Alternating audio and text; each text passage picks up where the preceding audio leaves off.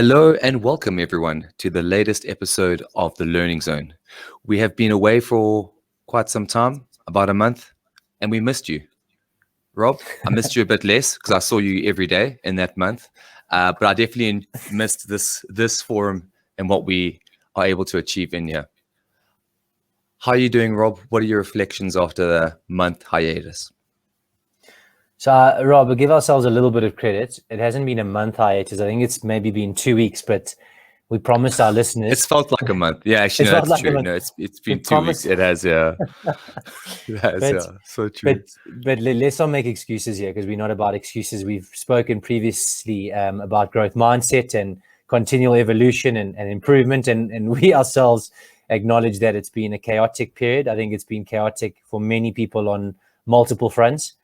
We are navigating the peak of a third wave, which both of us residing in Joburg has been very, very, very scary. And I think we've tried to limit our risk and exposure.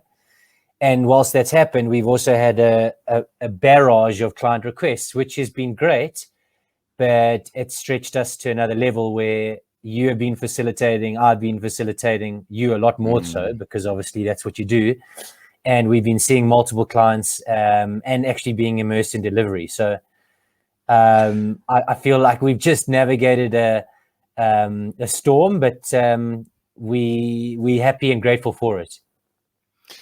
Rob, and I think that's a great way to phrase it because, I mean, the last 2 weeks, it feels like 4 weeks, but that's because so much has happened. We are navigating a third wave. For the first time, everyone I know either knows someone that has passed away, is in hospital, or is positive. Very scary time at the moment, especially here in Johannesburg. But also in that time, we've done so much work with our clients. I mean, I'd estimate just in my exposure, I've been doing virtual sessions with I'd say over about 2,000 leaders in about 2 weeks with regards to exposure and reach and getting an understanding of what's happening in their worlds. And everyone is going through the same thing right now. I think everyone is very, very much feeling overscheduled and overwhelmed, which I think is one of the reasons why we haven't been able to do this as much as we would like, because we have been, working harder than we ever have. And it makes me reflect on one of the global surveys that came out recently, where they surveyed people and they asked them a whole bunch of questions, but there were 2 questions that stood out for me.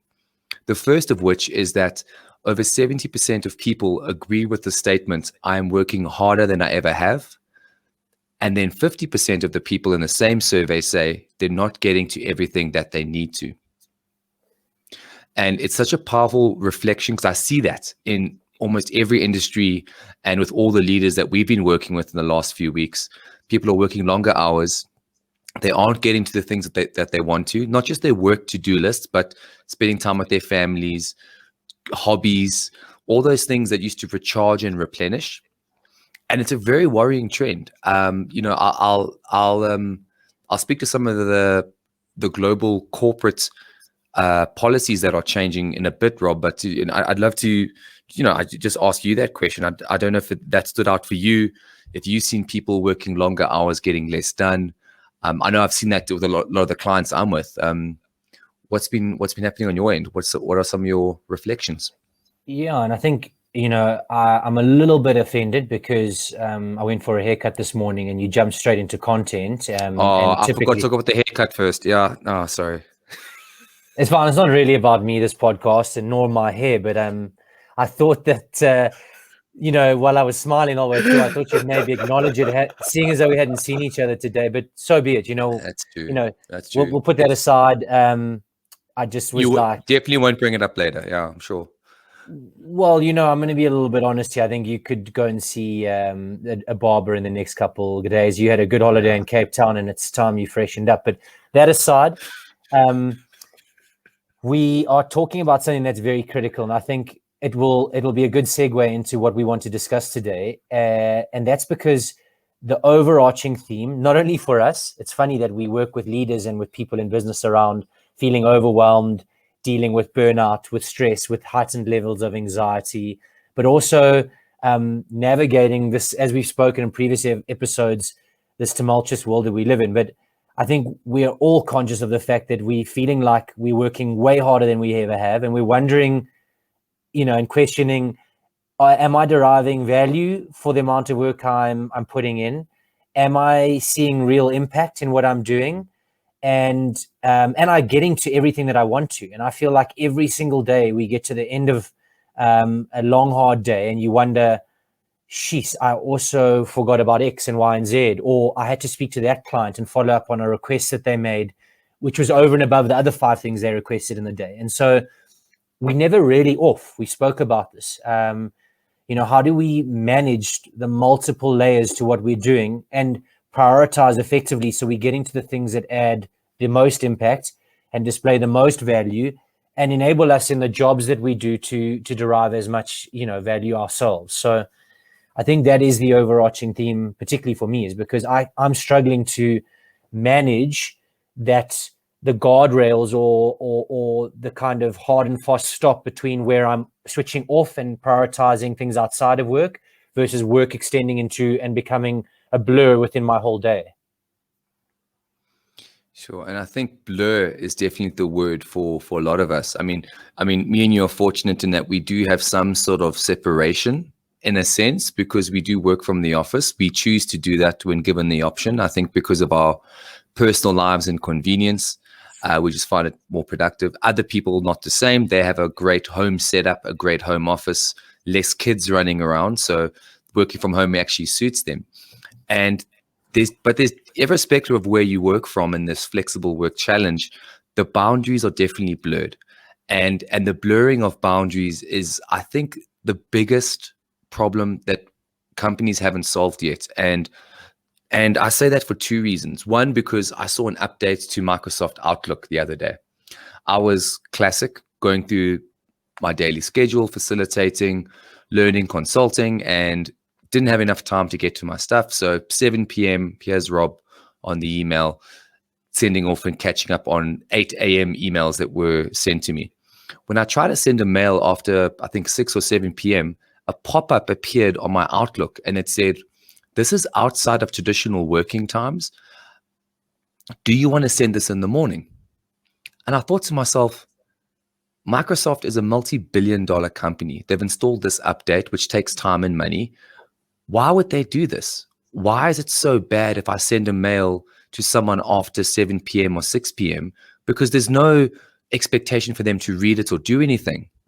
And why would a technology provider have to intervene like that into company policy?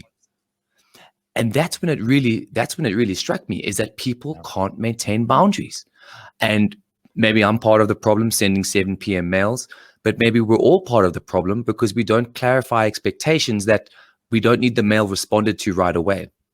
But in a downturned economy, when you receive a mail late at night or WhatsApp on a work group after 7 p.m., do you respond straight away to prove yourself, to make sure your job is safe with your security? What do you really do? And the other interesting trend that I saw was from a lot of companies trying no meeting Mondays. We work with a lot of interesting businesses in Africa and around the world. And I've seen a big trend in the financial services space to have no meeting Mondays. Some do no meeting Wednesdays or no meeting mornings. But people find that there's not enough space to do the work that they need to do. So they're setting meetings before 7 a.m. or after 7 p.m., or they're setting meetings on the holy grail of the no meeting zone. So what companies have done, and I saw a company called Bumble, a competitor to Tinder, quite a big company. They were the 5th major company to announce, I saw on CNN, that they're giving everyone a week off. Because the only way to ensure that we can have downtime or get to our work is for the entire business to be off. I mean, LinkedIn started it a few months ago. They gave the entire global business a week off. Other companies are giving a whole day off. But it's not just about, one team taking leave, because we can't respect boundaries. And when people make a request, it's hard to say, I'm on leave and I can't help you. And that's why entire companies are saying the only way we can do it is to tell 20,000 people not to work. Because when we give people the autonomy to take leave, some that do struggle to really switch off. And I think that's a really interesting point to reflect on. Yeah, and I think you're going to speak about when we get into the actual key learnings and practical tools, we're going to talk about a concept called relentless triage. But a lot of that speaks to really putting up guardrails and prioritizing, what it is that you need to do that's important versus, nice to do on the side, so to speak. I think when we talk about it, and I think, that's the topic of our conversation today, is around resilience and the importance of resilience in navigating so many different things. Because one thing that stood out for me in the definition of resilience is I read an interesting article around what Steve Jobs speaks about from that standpoint. Is he said, he talks a lot about perseverance and resilience altogether, but he said one of the things that he's very proud about and is that he said innovation is saying no to 1,000 things. Are we displaying perseverance in the things that aren't serving us? Because he says you're able to be more innovative, you're able to think more effectively, solve vexing problems in saying no to the things that aren't adding value to your bigger purpose, to your values, or to the goals you've set yourself. And that made me think, because one of the things we're all talking about is being so busy in this crazy time and juggling a million different things. But are the things that you're doing aligning to your bigger purpose? And are we just being crazy busy and reacting to everything?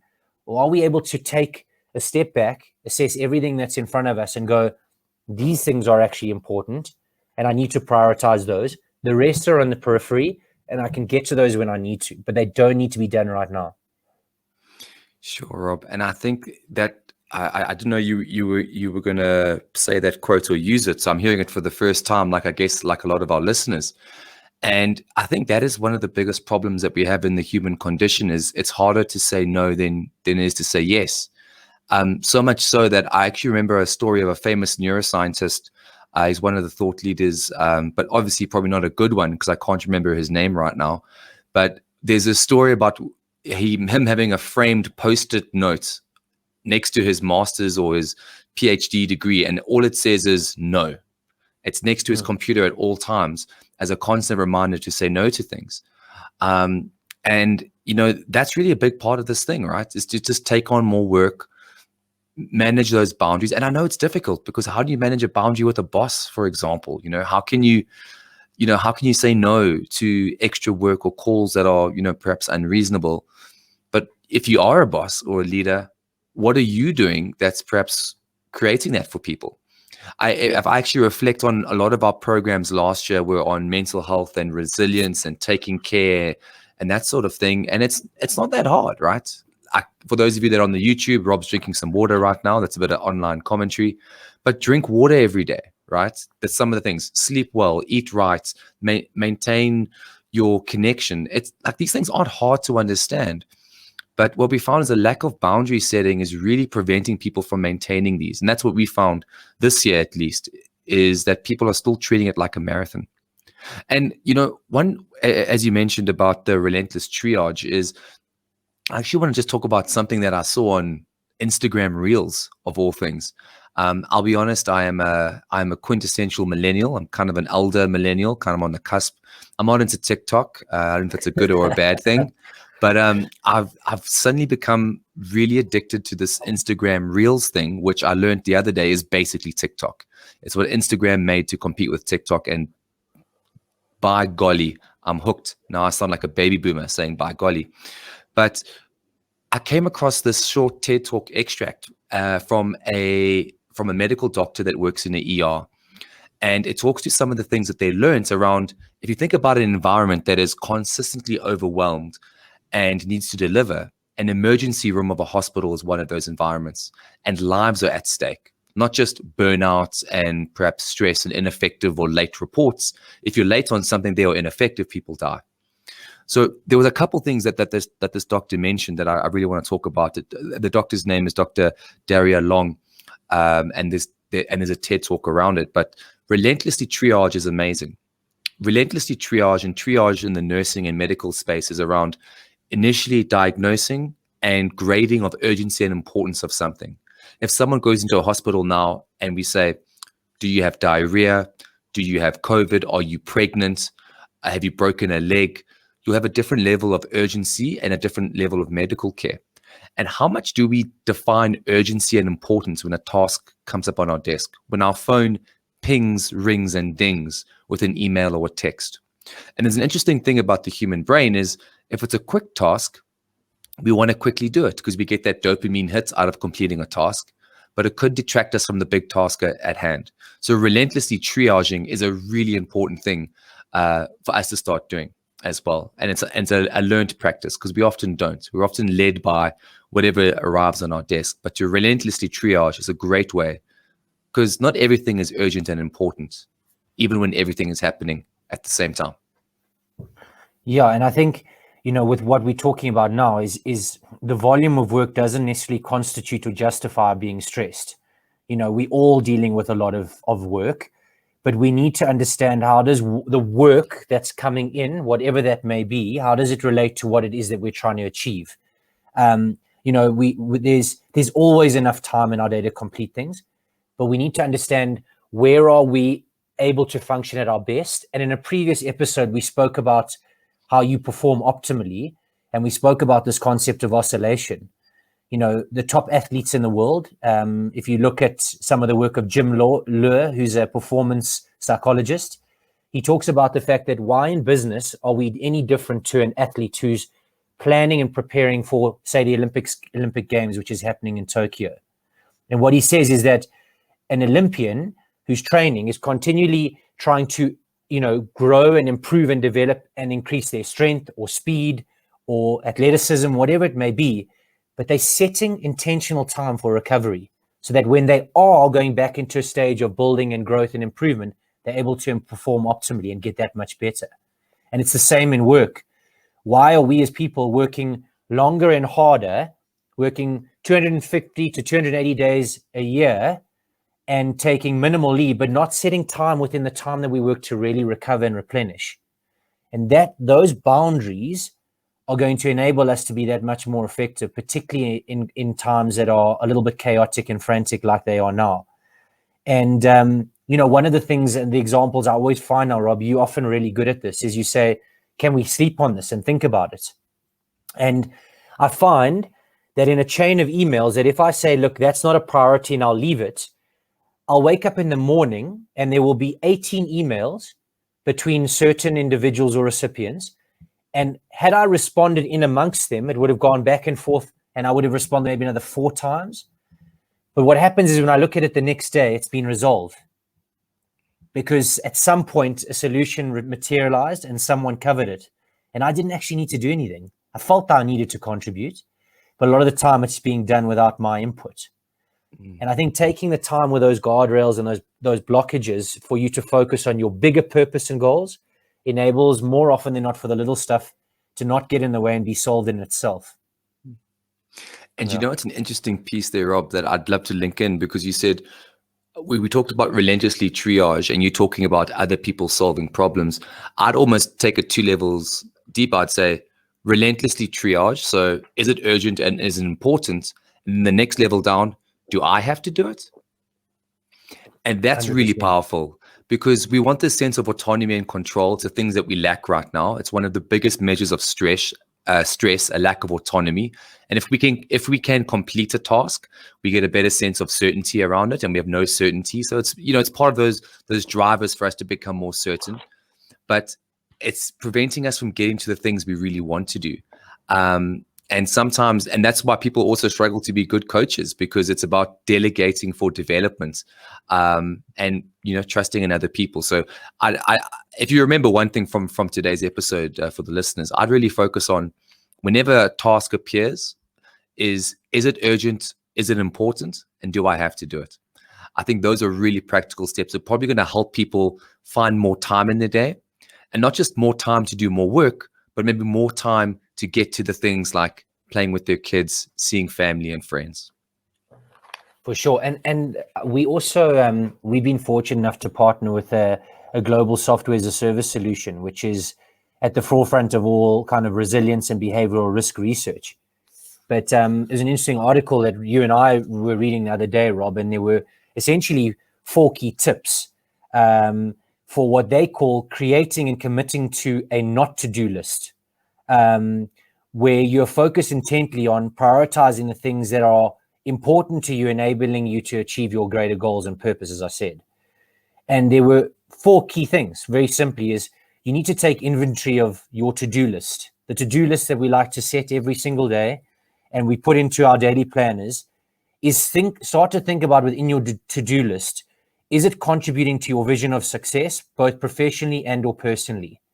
And if it isn't, then start with easy eliminations. Start eliminating some of the simple things. That's the second step, eliminating the things that aren't contributing to your bigger purpose.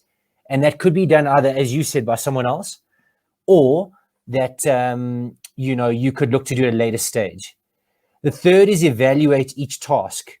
And you need to, when you're compiling that list, look at each of the items on the list and ask the question is, will this task help me accomplish my goal, my bigger goal? Will there be any serious consequences if the task doesn't get done?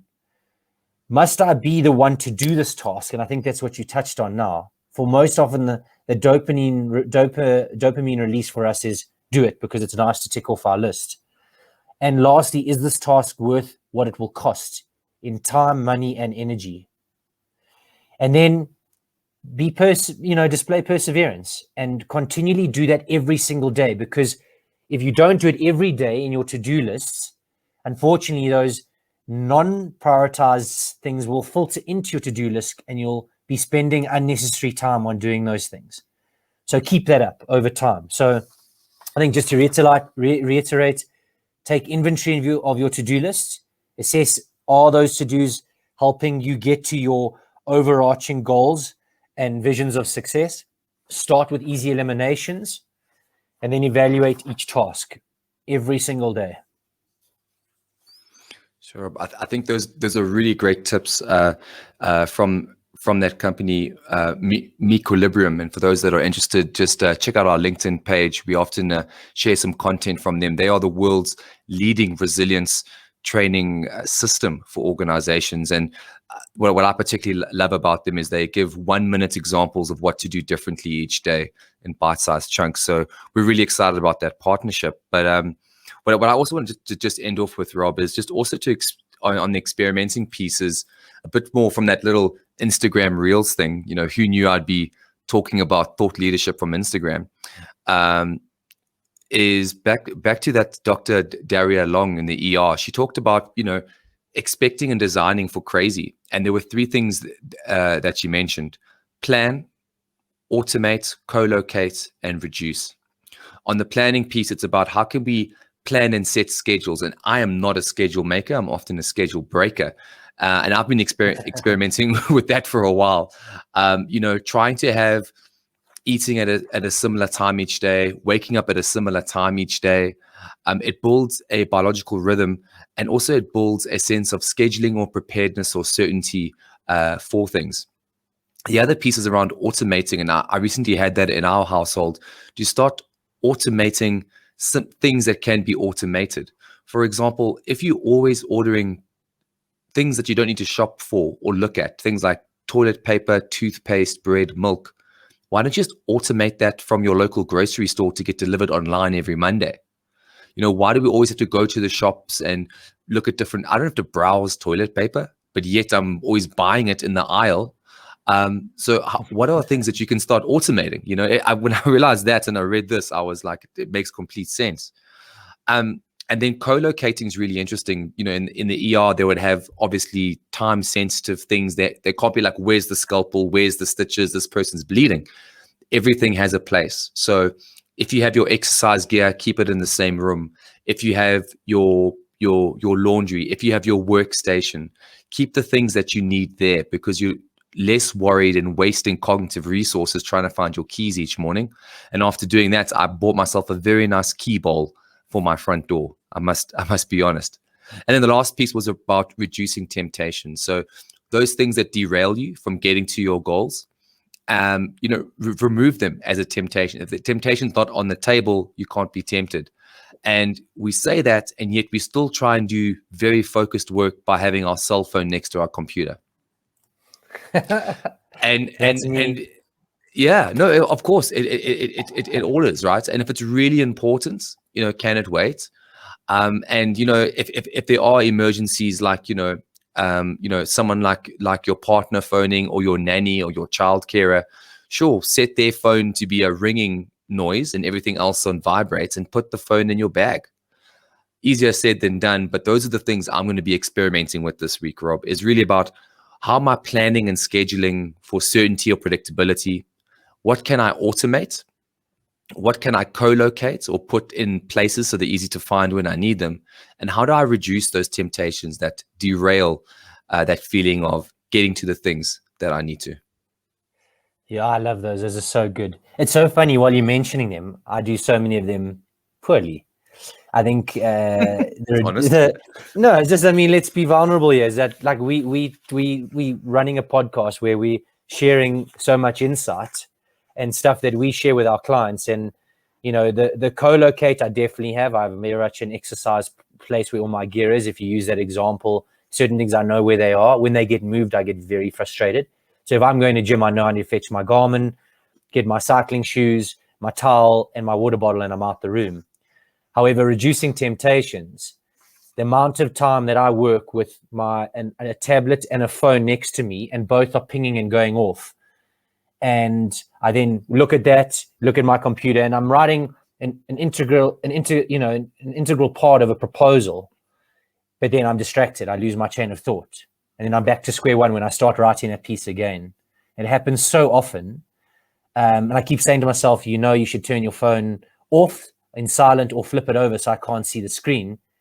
Yet as soon as it pings once and I answer the call, there's a flood of messages from different people within our business, and I end up trying to address each one. So, these are simple tools, and they make the world of difference. But more often than not, we caught out not doing the right things. So I hope that's provided some food for thought for everyone here, and we can start trying to find ways to not only be more resilient, but make ourselves much more effective in the way we function while so much is going on day to day. Yeah, I think today has really been a great way to get back in the saddle. After a brief hiatus that felt longer just because of the amount of work that's happened in between. And Rob, I'll definitely say that next time I will start by commenting on how good your hair looks. And then I'll also make sure that I've got a haircut for the next podcast. I do have the right kind of hair for a podcast, the hair that shouldn't be seen. But yeah, I'll definitely take that feedback into consideration. So thank you from you and yours to me and mine. And I just like to say thank you again to the listeners. And from my side, goodbye for now. Cheers, guys.